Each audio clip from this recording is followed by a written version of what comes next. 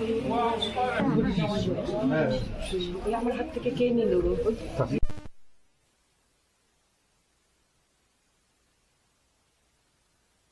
नमस्कार दोस्तों, स्वागत है आप सभी का मेरे इस नए वीडियो में। और आज का वीडियो होने वाला है माई का मंडप, जो कि नर्मदा माता जी के मंडप। इस स्थान को माई का मड़वा एवं माई का मंडप के नाम से भी जाना जाता है। तो आइए दोस्तों, आप सभी को इस जगह की सुंदरता को इस छोटे से वीडियो में दिखाते हैं।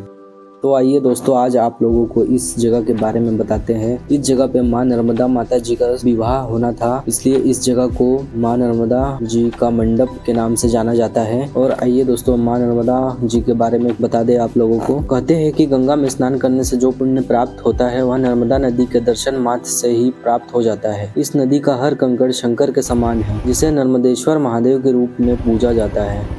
नर्मदा के जन्म की कहानी बहुत ही रोचक है, और इससे भी रोचक है इसके नदी बनने की कहानी।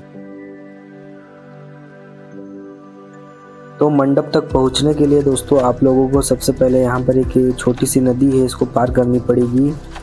और इस नदी से आगे चल के देख सकते हैं, यहाँ पर एक छोटा सा वाटरफॉल बनता है, जो कि बहुत ही खूबसूरत है। यहाँ पर नीचे लोग नहाते हैं। तो चलिए आइए दिखाते हैं दोस्तों वाटरफॉल को आप लोगों को। और नीचे देख सकते हैं दोस्तों, बहुत सारे लोग वहां नहा रहे हैं।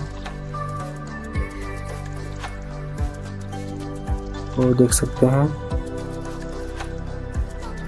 और बहुत ही सुंदर सा एक यहाँ से नज़ारा दिखता है। अब इसको पार करके हम लोग जाएंगे मंडप की ओर।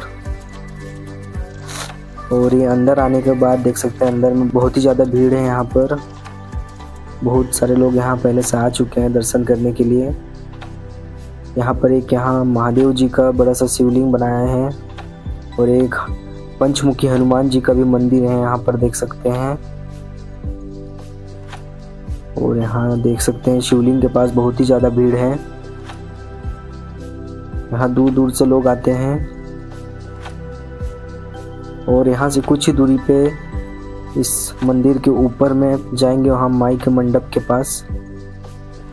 वहाँ पर कहा जाता है कि एक बहुत बड़ा गुफा है, और उस गुफा का रास्ता सीधा अमरकंटक में जाकर निकला है।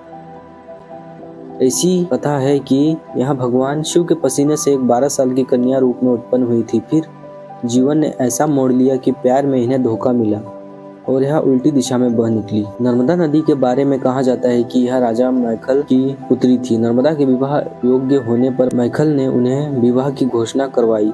साथ ही यह भी कहा कि जो भी व्यक्ति गुलाब कावली का पुष्प लेकर आएगा, राजकुमारी का विवाह उसी के साथ होगा। इसके बाद कई राजकुमार आए, लेकिन कोई भी राजा मैखल की शर्त पूरी नहीं कर पाए। तभी राजकुमार सोनभद्र आए और राजा की गुलाब कावली पुष्प की शर्त पूरी कर दी। इसके बाद नर्मदा और सोनभद्र का विवाह तय हो गया। राजा मैखल ने जब राजकुमारी नर्मदा और राजकुमार सोनभद्र का विवाह तय किया, तो राजकुमारी की इच्छा हुई कि वह एक बार तो उन्हें देख ले। इसलिए उन्होंने अपनी सखी जूहिला को राजकुमार के पास अपने संदेश के साथ भेजा। लेकिन काफी समय बीत गया और जूहिला वापस नहीं आई।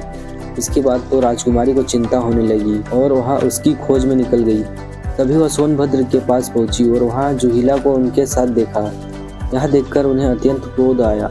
इसके बाद ही उन्होंने आजीवन कुंवारी रहने का प्रण लिया और उल्टी दिशा में चल पड़ी। कहा जाता है कि तभी से नर्मदा अरब सागर में जाकर मिल गई। तब जबकि अन्य नदियों की बात करें तो सभी नदी बंगाल की खाड़ी में मिलती है। नर्मदा के प्रेम की और कथा मिलती है कि सोनभद्र और नर्मदा अमरकंटक की पहाड़ियों में साथ पले बड़े। किशोर अवस्था में दोनों के बीच प्रेम का बीज पनपा। तभी सोनभद्र के जीवन में जूहिला का आगमन हुआ और दोनों एक दूसरे से प्रेम करने लगे। इसके बाद जब नर्मदा को यह बात पता चली, तो उन्होंने सोनभद्र को काफी समझाया बुझाया, लेकिन वह नहीं माने। इसके बाद नर्मदा क्रोधित होकर उल्टी दिशा में चल पड़ी और आजीवन कुंवारी रहने की कसम खाई।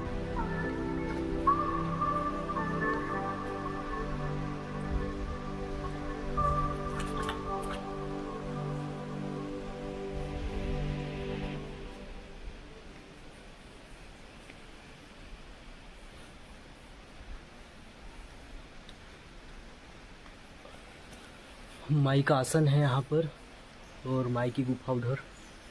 तो चलिए गुफा की ओर चलते हैं।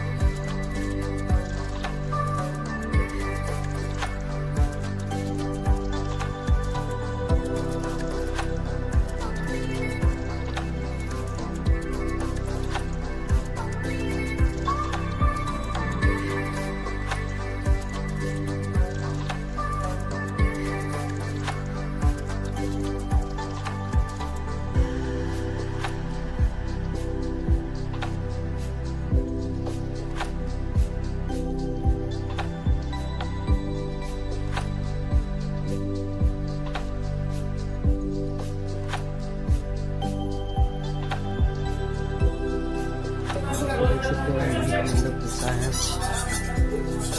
और यहाँ से एक गुफा जाती है जो अमरकंटक जाके निकलती है।